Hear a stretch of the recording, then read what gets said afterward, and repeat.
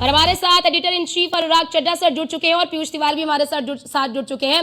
लेकिन अनुराग सर, पहले आपसे सवाल लेना चाहूंगी। हम लगातार ये चर्चा कर रहे हैं कि इस बार मजबूत विपक्ष का सामना करना पड़ेगा सरकार को, लेकिन जिस तरह से प्रधानमंत्री नरेंद्र मोदी ने मीडिया को संबोधित किया और अपने पहले ही संबोधन में उन्होंने कांग्रेस पर हमला किया और आपातकाल का जिक्र किया, तो क्या ये संदेश है विपक्ष के लिए कि सरकार किसी भी दबाव में नहीं आएगी?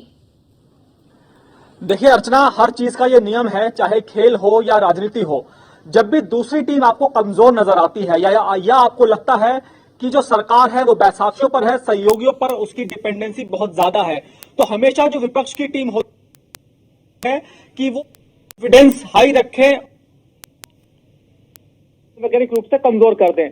तो इस बार जो विपक्ष है वो बहुत ज्यादा मजबूत है और उसके जोश पूरी तरह से हाई है, और इसलिए जो संसद का ये सत्र शुरू हो रहा है उससे पहले ही जो विपक्ष है उसके तेवर जो है बहुत कड़े हैं। खासतौर पर कांग्रेस और समाजवादी पार्टी का जो गठबंधन उत्तर प्रदेश में हुआ था और उसके बाद जो सबसे ज्यादा जो सीटें इन्होंने जीती हैं, उसके बाद इनका जो जोश है बहुत ज्यादा हाई है।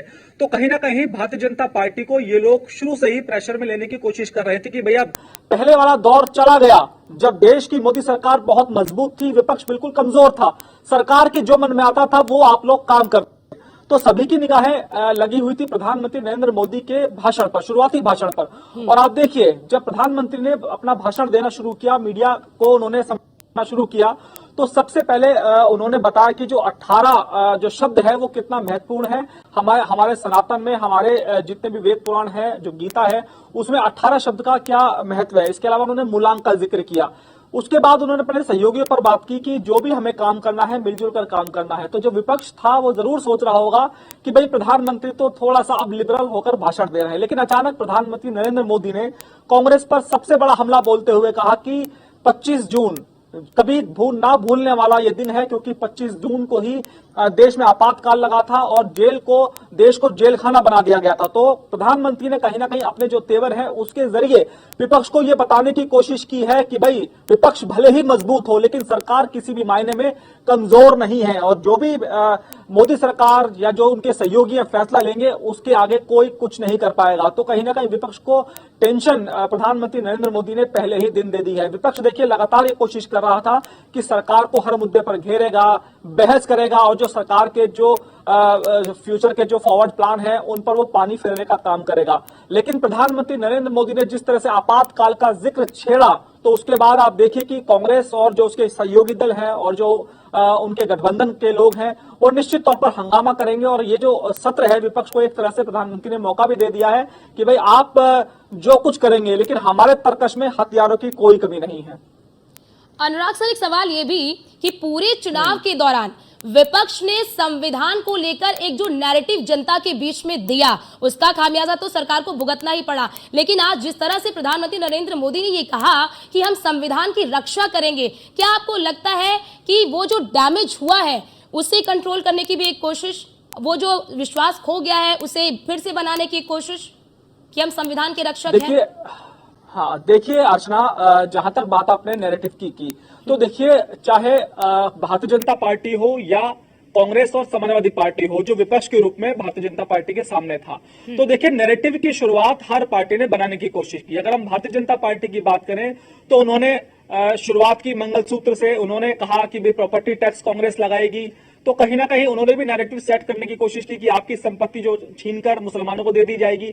तो देखिए विपक्ष भी पीछे नहीं था इसमें। तो विपक्ष, भारतीय जनता पार्टी, कुछ लोगों से गलती हुई संविधान को लेकर, उन्होंने कहा कि संविधान में कुछ बदलाव होंगे और उसके बाद हमें अब की बार 400 पार चाहिए। तो विपक्ष के पास एक मौका था नैरेटिव सेट करने का कि अगर 400 पार मोदी सरकार आ गई तो उसके बाद संविधान नहीं बचेगा और संविधान में चेंज होंगे और इसका जो नुकसान है वो दलितों को, आदिवासियों को और पिछड़े लोगों को भुगतना पड़ेगा।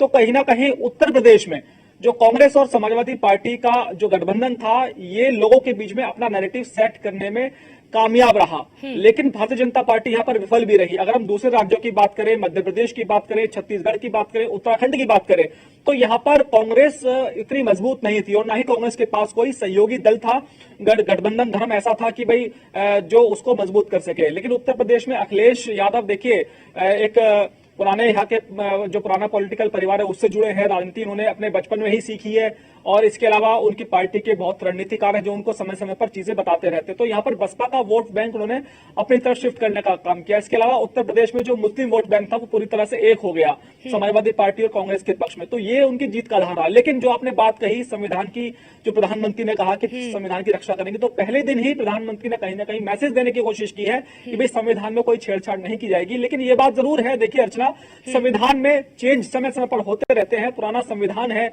और आज का समय बदल चुका है, और अगर हम अपने आप को अपडेट नहीं करेंगे, अपने कानूनों को अपडेट नहीं करेंगे, तो कैसे काम चलेगा। तो जहां तक चेंजेस की बात आएगी तो मैं नहीं समझता कि प्रधानमंत्री नरेंद्र मोदी चेंज के मामले में पीछे रहेंगे। लेकिन एक बड़ा मैसेज उन्होंने देश की जनता को दे दिया है कि जो चुनाव से पहले विपक्ष ने नैरेटिव सेट किया था वो बिल्कुल सही नहीं है। संविधान की रक्षा के लिए देश की मोदी सरकार और जो एनडीए सरकार है वो प्रतिबद्ध है। अर्चना, बहुत शुक्रिया आपका सर हमारे साथ जुड़ने के लिए और ये जानकारी हमारे दर्शकों तक भी साझा करने के लिए।